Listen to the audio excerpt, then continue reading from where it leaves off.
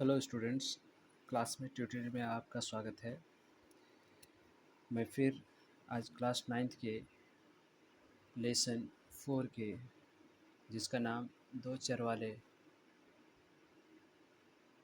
रैखिक समीकरण दो चर वाले रैखिक समीकरण के बारे में बात करेंगे। और इसमें से 4.1 के जितने भी क्वेश्चन थे इससे पहले वाले वीडियो में, यानी अभी तक इस चैप्टर के एक ही वीडियो को लोड किया हूँ और ये दूसरा वीडियो है। इसमें हम देखेंगे 4.2 प्रश्नावली 4.2 और क्वेश्चन देखिए लिखा हुआ है जो एनसीईआरटी के बुक के सारे क्वेश्चंस हैं और हम ज़्यादातर एनसीईआरटी के बुक ही सॉल्व करते हैं।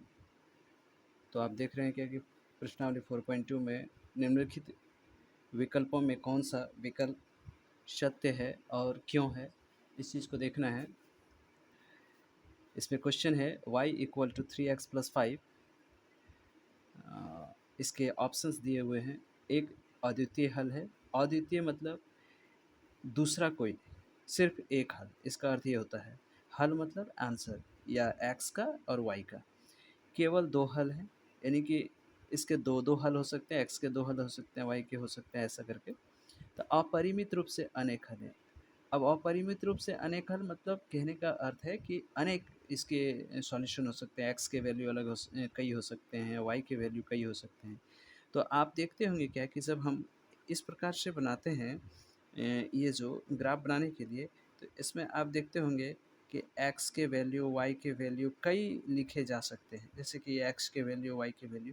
अब आप देख रहे हैं क्या कि यदि हमें अगर यहाँ पर 1 रख दिया जाए, 0 रख दिया जाए, तो अगर हम x की जगह पर 0 रखते हैं तो ये पूरा पूरी 0 हो जाता है, तो y का वैल्यू 5 आता है।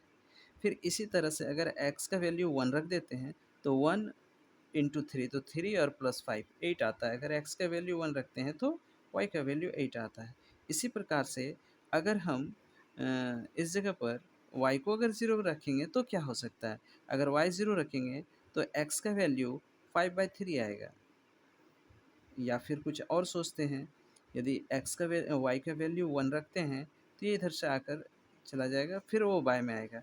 इसका कई आंसर हो सकते हैं, बट और भी देखते हैं क्या कि इसके जगह पर x की जगह पर अगर हम 2 रखते हैं तो 2 3 जा 6 और 5 11 आ सकता है। तो आप देख रहे हैं क्या कि इसके कई आंसर हो सकते हैं। तो इसका सॉल्यूशन जो ये बताया गया ऑप्शन है, इसमें से आंसर जो है ये वाली होगी।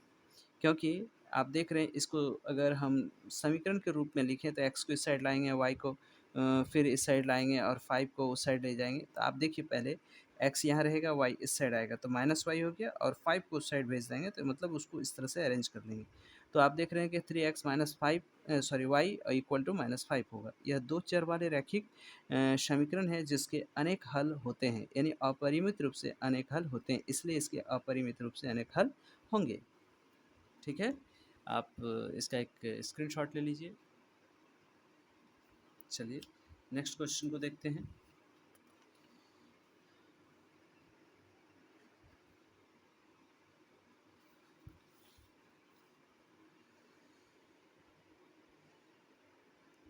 चलिए देखते हैं नेक्स्ट क्वेश्चन क्या लिखा हुआ है। निम्नलिखित समीकरणों में से प्रत्येक समीकरण के 4 हल लिखिए। 4 हल मतलब x के वैल्यू 4, y के वैल्यू 4, इस प्रकार से हमें लिखने हैं।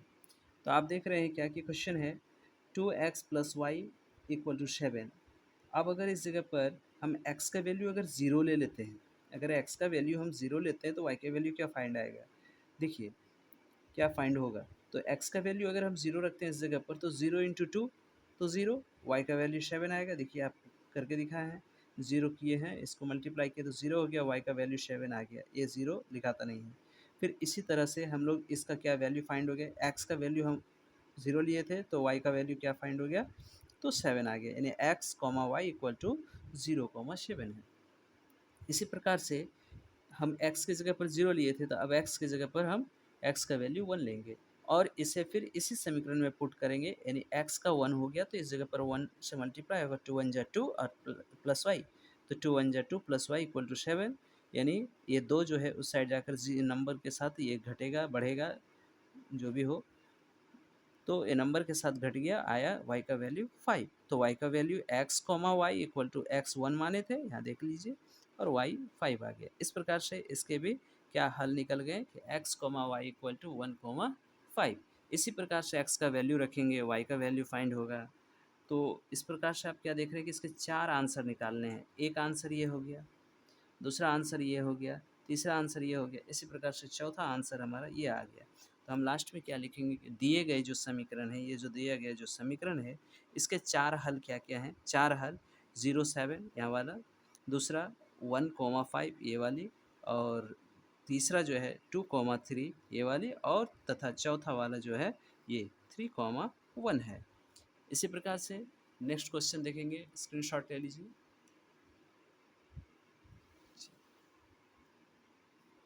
नेक्स्ट क्वेश्चन देख रहे हैं, क्वेश्चन नंबर 2 का, प्रश्नावली 4.2 का क्वेश्चन नंबर 2 का 2 नंबर। आपका pi x plus y equal to 9 दिया हुआ है।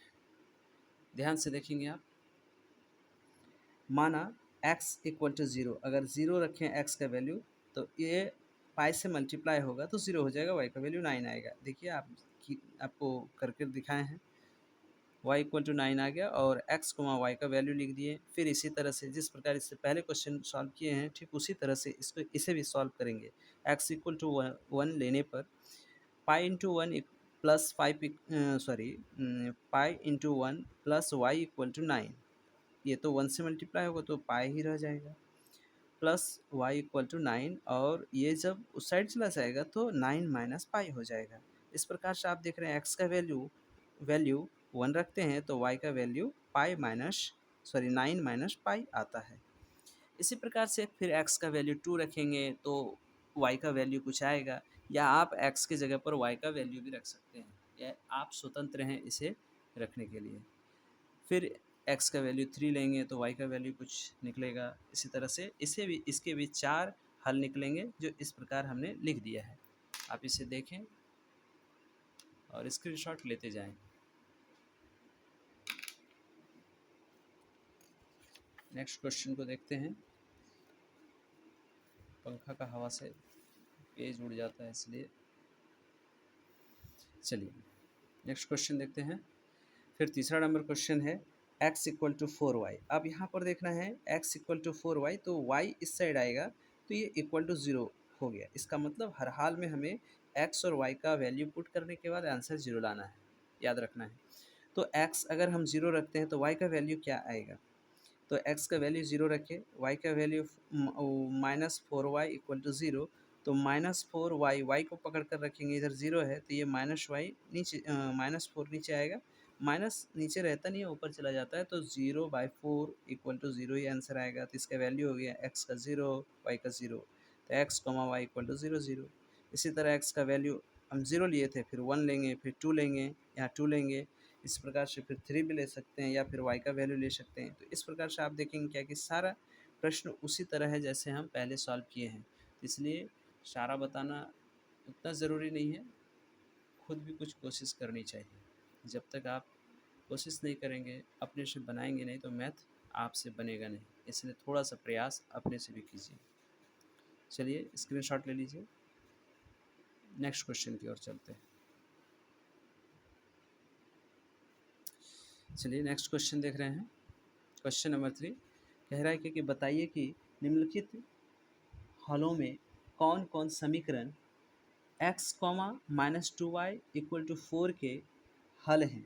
यानी कहने का मतलब, हल कहने का मतलब उसका वैल्यू, यानी x का वैल्यू फाइंड और y का वैल्यू, ये दोनों निकलना चाहिए। और कौन कौन हल नहीं है, यानी उसका वैल्यू बैठाने पर अगर x का वैल्यू कुछ है, y का वैल्यू अगर पुट करेंगे तो आंसर कितनी आनी चाहिए, 4। तो क्या हो गया कि उसके हल हैं, वरना नहीं है।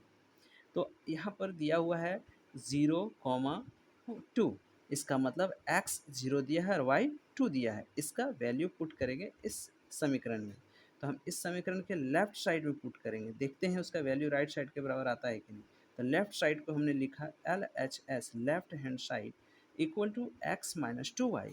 एक्स का वैल्यू यहाँ 0 है, यहाँ 0 ले लेंगे, और वाई का वैल्यू 1 है, सॉरी 2 है, ये ले लेंगे। तो 0 माइनस 2 इंटू टू, ये दोनों मल्टीप्लाई है, तो 2 इंटू टू हो गया, तो 2 टू ज़ा 4 हो गया। इसका मतलब इसका तो वैल्यू खत्म हो गया, -4, जो कि इस 4 के बराबर नहीं है। इसलिए -4 is not equal to R H S, right hand side, बराबर नहीं है। अतः 0, 2 समीकरण x minus 2y equal to 4 का हल नहीं है, या एक हल नहीं है। ठीक इसी तरह से फिर आप देखेंगे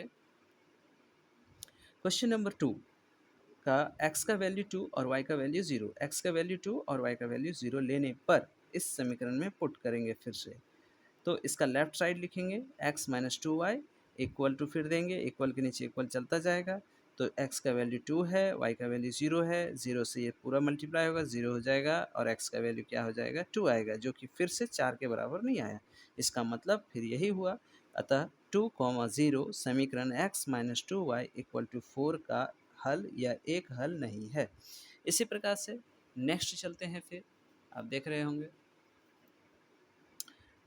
फिर क्वेश्चन में दिया गया है कि 4, 0, इसका मतलब है x का वैल्यू 4, y का वैल्यू 0 लेने पर इसके क्वेश्चन को फिर लिखेंगे, इसका लेफ्ट साइड को लिखेंगे कि LHS में क्या दिया गया है, x माइनस 2y, x का वैल्यू 4, y का वैल्यू 0, 0 ऐड करेंगे इस जगह पर, सॉरी मल्टीप्लाई करेंगे तो ये 0 हो जाएगा, और 4 का 4, ये 4 और इसका RHS दोनों बराबर आ गया। मतलब कहने का अर्थ है कि ये वाला आंसर जो है इसमें फिट हो रहा है, इसका मतलब है कि यही इस समीकरण का हल है।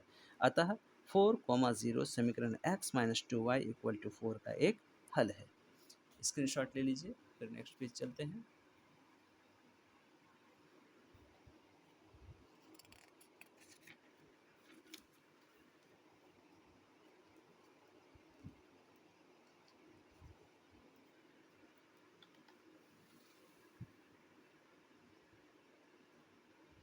चलिए 4 नंबर क्वेश्चन है, √2, 2√2, इसका मतलब x का वैल्यू √2 और y का वैल्यू, सॉरी 4√2 लेने पर। अब ये जो क्वेश्चन था उसमें क्या लिखा हुआ था, x माइनस 2y, तो आप यहाँ पर भी देख रहे हैं क्या कि x माइनस 2y, यहाँ पर इसका वैल्यू y का वैल्यू इतना x माइनस 2y लिखा हुआ है LHS में, और इसका वैल्यू x और y का वैल्यू पुट कर दिए हैं। आप देख रहे हैं कि 2 इंटू वाई का वैल्यू ये टोटल है 4√2। अब इसको मल्टीप्लाई करेंगे तो ये 4 दूनी 8 और √2 हो गया, ये √2 पहले से है, 8√2 में एक √2 घट जाएगा तो -7√2 हो जाएगा, जो कि 4 के बराबर नहीं है, इसलिए is not equal to RHS। इसका अर्थ हुआ कि जो दिया हुआ यहाँ पर वैल्यू है वह इस समीकरण को का हल नहीं है। अतः √2, 4√2 दिए गए समीकरण x minus 2y equal to 4 का एक हल नहीं है। फिर इसी तरह से 5 नंबर सॉल्व करेंगे। चलिए x equal to 1, y equal to 1 लेने पर LHS equal to x minus 2y, ये क्वेश्चन था। अब इसका वैल्यू बैठाएंगे, इस जगह पर भी 1, ये y का भी वैल्यू 1, 2 1 जा 2, यानी 2 1 कम 2, माइनस करेंगे, 2 में से 1 घटेगा -1, जो कि 4 के बराबर नहीं है, यानी 4 के बराबर नहीं है, 4 क्वेश्चन में था, है ना। तो RHS is not equal to RHS, अतः 1, 1 समीकरण x minus 2y equal to 4 का एक हल नहीं है। अब क्वेश्चन नंबर 4 आ रहा है। क्वेश्चन नंबर 4 को देखिए, के का मान ज्ञात कीजिए। ये क्वेश्चन इंपॉर्टेंट है क्योंकि ये थोड़ा दूसरे टाइप का क्वेश्चन है, क्योंकि के यहाँ पर दिख रहा है जो इस क्वेश्चन को इंपॉर्टेंट बना रहा है। के का मान ज्ञात कीजिए जबकि x इक्वल टू 2, यानी x का वैल्यू 2 है और y का मान 1 है। समीकरण इतना इक्वल टू, यानी 2x plus 3y equal to के का एक हल हो। एक हल हो इसका अर्थ होता है कि अगर हम x का वैल्यू 2 बैठाते हैं, y का वैल्यू 1 बैठाते हैं, तो k का वैल्यू कुछ आएगा, जो इसमें अगर पुट करते हैं या रखते हैं तो उसका वैल्यू सब दोनों साइड बराबर हो जाना चाहिए। चलिए हमें के का वैल्यू निकालना है और मुझे कुछ नहीं चाहिए। तो ये क्वेश्चन बहुत ईजी है, पहले वाले क्वेश्चन से भी ईजी है, इसलिए अभी भी आई है। यहाँ तक क्वेश्चन है। अब यहाँ आंसर शुरू करते हैं, जहाँ x इक्वल टू ये वाली 2 और ये y इक्वल टू 1 है, यह दिया है। और समीकरण जो है, ये जो समीकरण दिया हुआ है यहाँ पर, इस समीकरण को ध्यान से देखिए। उस समीकरण को हम यहाँ लिखें और समीकरण 2x + 3y = k का एक हल है। इसीलिए x का वैल्यू 2 रख दिए, यानी इस जगह पर 2 रखेंगे, इसी चीज़ को यहाँ लिखे हैं, और y का वैल्यू 1 रखेंगे, यानी 3 × y, यानी 3 × y = k। तो 2 दूनी 4 प्लस 3 एकम 3, 4 3 7, यानी k = 7। ये इस तरह लिख दिए k = 7, और ये आंसर हो गया। k का वैल्यू फाइंड करने कहा था, हमने कर दिया। चलिए अब नेक्स्ट क्वेश्चन की ओर चलते हैं। कम समय में ज़्यादा क्वेश्चन सॉल्व कराने की कोशिश करता हूँ मैं, इसलिए हम कम समय में ज़्यादा क्वेश्चन करा करके जल्द से जल्द चैप्टर को ख़त्म करने की कोशिश कर रहा हूँ मैं। चलिए ये हमारे एक कॉपी में पहले नोट्स बना लेते हैं, उसके बाद फिर हम वीडियो बनाते हैं, जिससे समय कम लगता है और कोशिश करते हैं कि आप लोगों को कम समय में अधिक से अधिक समझा सकें, क्वेश्चन को सॉल्व करा दे सकें। चलिए अब एग्ज़ाम्पल चला आया। अब वो 4.2 ख़त्म हो चुका है। एग्ज़ाम्पल एक है छोटा सा, आप देखिए। उदाहरण 6 है, x + y = 7। x + y = 7 का आलेख खींचिए। आलेख मतलब ग्राफ कह रहा है। आप देख रहे हैं x और y 2 5 और 3 4, ऐसा हमने अपने से बनाया। क्वेश्चन यहीं तक है। तो आप देख रहे हैं x और y जो है ये हमने लिखा है, ये बॉक्स अपने से बनाया है। इसके एक दो लाइन खींचा है, इधर से भी खींचा है, x और y लिख दिया है। अब यहाँ पर देखना है कि x का वैल्यू क्या रखें और y का वैल्यू क्या रखें, अपने मन से ही। x का वैल्यू अगर 2 रखते हैं और y का वैल्यू अगर 5 रखते हैं तो 5 और 2 मिला करके 7 हो जाएगा। तो यहाँ रिजल्ट दिया हुआ लाना क्या है मुझे, ये टारगेट है और इसका वैल्यू पुट करना है। तो हमने क्या किया, इसमें 2 बैठा दिया और इसमें 5 बैठा दिया। 2 और 5 7 हो गया। 2 x में और y 5 में, 7 हो गया। फिर इसको 3 और 4 बैठा सकते हैं, या फिर इसको 4 इसको 3 बैठा सकते हैं, आपकी मर्जी है। तो हमने इसे 3 बैठाया इसमें और इसका 4, 3 4 7 आ गया। इस तरह और कई भी आंसर निकाल सकते हैं, बट इतना में चल जाएगा काम।